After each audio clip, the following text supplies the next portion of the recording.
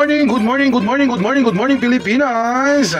Luzon, Visayas at syempre Mindanao, magandang umaga at sa ating mga kabayang OFW. Magandang buhay po sa inyo, mag-ingat po kayong lahat mga kababayang Pilipino. Kasama po kayo sulok ng ating mundo naroroon, okay? So ayan, welcome na naman po sa isa na naman nating reaction video mga kababayan na kung saan eto po, medyo marami-rami ho tayong pag-uusapan dito kasi napakaraming good news. Oo, grabe!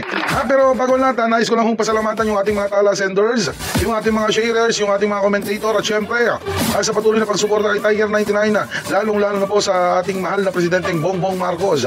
Maraming salamat po sa inyo mga kababayang Pilipino. So ito na nga mga kababayan, doon sa mga doon sa mga nagko-complain. Na bakit daw si Inday Sara lang or yung confidential lang ni Inday Sara ang pinag-iinitan mga kababayan. Bakit daw hindi silipin yung yung confidential fund ni Pangulong Bongbong Marcos. Ayan na mga kapatid, galing ho sa Commission on Audit. Okay? Ano sabi dito? COA finds no misuse of confidential and intelligence funds by the Office of the President. O, diba? Pahiya na naman itong mga DDS na batikos ng batikos sa Pangulo mga kababayan. Ang tsakit-tsakit naman yan sa dibdib. Lagi na lang kayo nabubutata mga DDS. My goodness. Jump tayo dito sa ibang topic mga kababayan. Ito maganda pang balita.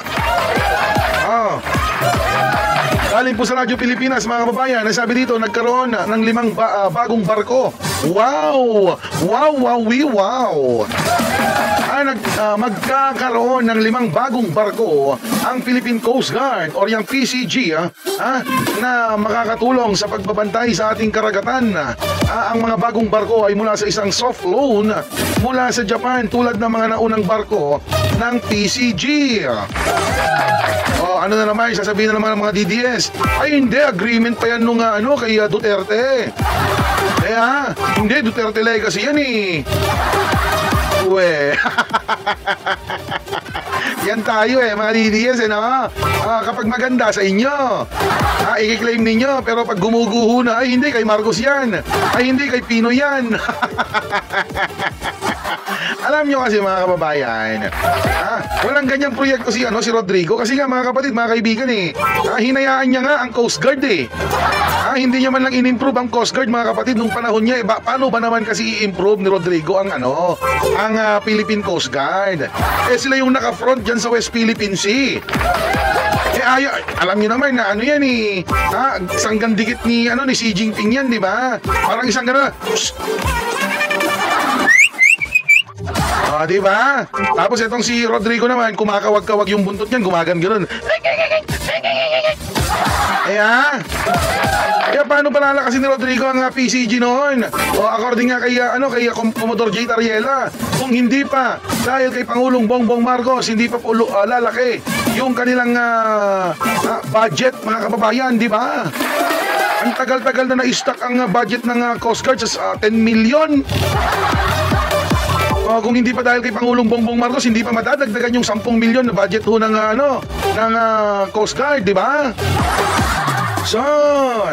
Tapos aawain nyo si Pangulo, mga DDS. Dapat nga pasalamatan nyo si Pangulo kasi nga ipinagtatanggol niya, ipinaglalaban niya yung ating karapatan dyan sa West Philippine Sea. Ngayon sasabihin ng mga DDS niyan, ay loan na naman. Loan na naman, at least kahit papano meron tayong nakikita, di ba? Meron tayong items. Hindi tulad nung maalala ko nga pala. Kumusta na pala yung eroplano? Yung helicopter, na dinaunan ho natin ng 2 milyon or 2 bilyon sa Russia. Nung panahon ni Rodrigo Duterte, kumusta na kaya yon? Nasaan na kaya yung pera ng taong bayan doon? Wala na. Wala. At least kahit paano, kahit loan man yan, meron tayong mapapakinabangan. Di ba? Hindi tulad ng mga loans nung nakarang administrasyon. Puro nga. Salamat sa Japan at syempre sa ating Presidente Bongbong Marcos. Salamat po sa inyo, saludo po at respeto. Ano pa? Ito pa isang magandang balita pa bago tayo tumuloy sa ating main topic. Dun sa kay Sara Duterte, anong sabi mo? Bakit sa Mindanao? Bakit sa Visayas lang? Bakit hindi ba nagugutom ang Luzon, ang Metro Manila, at ang Mindanao? Bakit Visayas lang ang 20 pesos ang bigas? Namumuliti ka. Eto na.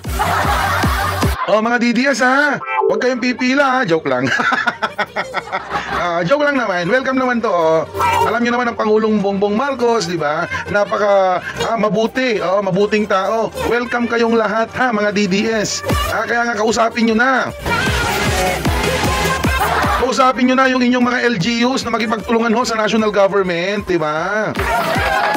Ito po mga kababayan, basahin po natin ha. Galing po sa Radyo Pilipinas, ang sabi po dito, ayon kay PCO Undersecretary Palace Press Officer, Attorney Claire Castro, kailangan plansyahin din kung paano ang magiging sistema ay ng pagbabalikat ng subsidiya ng mga lokal na pamahalaan. Ito po, 20 pesos na bigas para sa Luzon, Mindanao. Pag-uusapan na rin kung paano maipapamahagi. Ayan, Malacanang. Oh my goodness! Dadalhin na rin ho sa Luzon at saka sa Mindanao yung 20 pesos na kilo po ng bigas. Yung aspiration ho ni Pangulong Bongbong Marcos, natupad na. Samantala, yung 7 pesos, yung 15 pesos ni Rodrigo, wala na, nga. O kahit nga yung jet ski, di ba? Yung mag-jet ski, nga na rin, wala na nasa dahig na nakakulong na yung 3 to 6 months, wala din, nga. Kaya nga sa inyo mga kababayang Pilipino kung saan man ho kayo sulok ng ating Pilipinas naroroon, kausapin nyo yung LGU ninyo na makipagtulungan sa national government para naman magkaroon ho tayo ng pagtutulungan para makamit ho natin itong 20 pesos na kilo ho ng bigas. Kasi mga kababayan, uunahin ko na di ba mas maganda ho yung tipong yung pera ho nating mga Pilipino, di ba? Nagagamit ho sa may kabuluhan. Hindi ho tulad ng ibibigay nyo lang kay Sara. Tapos kapag tatanungin ho natin kung saan niya dinala, mga away, wapakels, ganon. Basta wala kayong pakialam, ganon. Mas maganda na yung may katuturan ho, yung paggasta ho natin ng tax ho natin, di ba? Sana nga po, mai-roll out na rin ho yan. Or di kaya mas mapabilis pa yung pagre-repaso or pagpaplansya sa mga pangangailangan or kailangan para naman ho makarating na ho yan sa Luzon at Mindanao ho, yung 20 pesos na kilo ng bigas. So ito, dito tayo sa last topic natin mga kapatid. Ito po, ayan ito yung mga dapat na hindi binobotong party list Sa totoo lang mga kapatid. Ang sabi ko dito huwag magpabudol sa 20 pesos kilo na bigas. Nabudol na tayo noong 2022 election, magpapabudol more or yung BBM. Wow, grabe budol more daw. Rice pa ba tayo?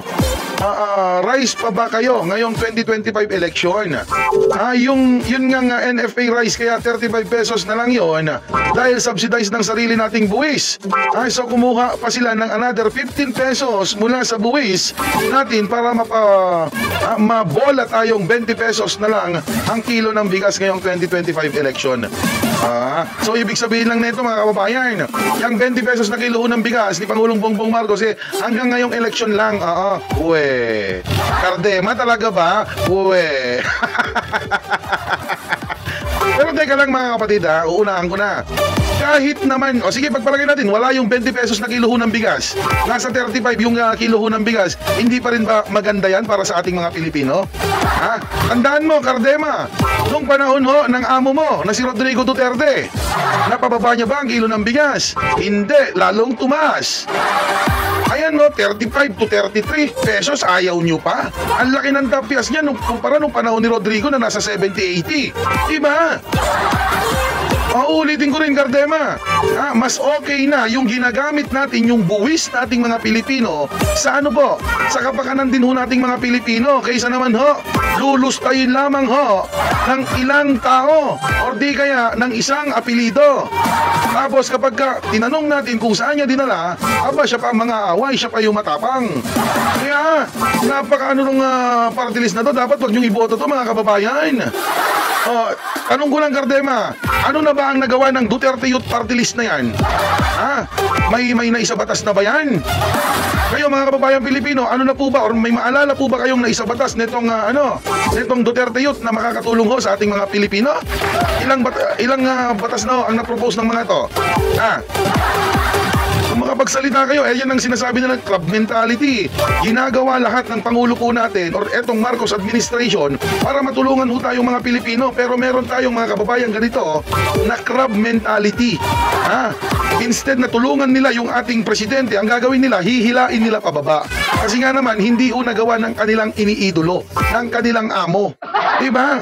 Grabe naman yan, Cardema. O paano kung kumuha pa sila ng dagdag 10 piso?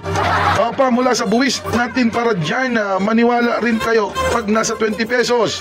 Ay nasa 10 pesos na lang ang kilo ng bigas sa ating magagaling na administrasyon. So what?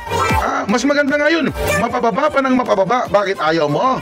Cardema, ayaw mo pang bumaba ang kilo ng bigas? Anong gusto mo?